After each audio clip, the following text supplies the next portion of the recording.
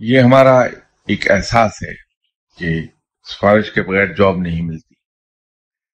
Government की हद तक तो मैं समझ सकता हूं कि वहां शायद सूरत हाल ऐसी हो, लेकिन प्राइवेट सेक्टर में ऐसा नहीं है, हमारा वहम है। क्योंकि जो टॉप पर बैठा हुआ है आदमी, उसकी अपनी नौकरी खतरे में पड़ जाएगी अगर उसने सिफारिश पर लोगों को लिया, कि उसे रिजल्ट्स प्रोड्यूस करके देने हैं अपनी नौकरी बचाए रखने के लिए। तो वो अपने इंटरेस्ट में उन लोगों को लेगा जिनमें वाकई ही काबिलियत हो। लेकिन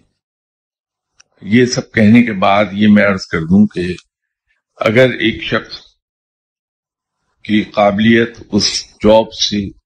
जिसके लिए वो अप्लाई कर रहा है उससे ज्यादा है, बंदा ईमानदार है, इंटेलेक्चुअली भी और फिजिकली भी, अगर वो दूसरी तमाम शराइत बेहतर तरीके से पूरी करता है जो उस जॉब के लिए है, तो फिर किसी को ये कह देना कि साहब इस आदमी को मैं जाती तौर पर मैंने परखा है और मेरी राय में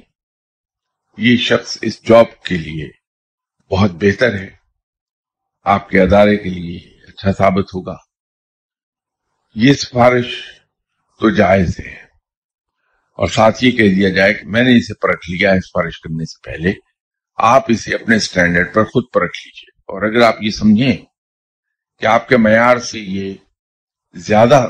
अच्छा साबित हो रहा है तो इसको फिर चांस दे दीजिएगा। लेकिन ये कहना किसी को कि 19-20 का इसका फर्क है, कोई बात नहीं, आप इग्नोर कर दें, इसे ले लें, वो हकदार का हक मारने के बराबर हो जाए।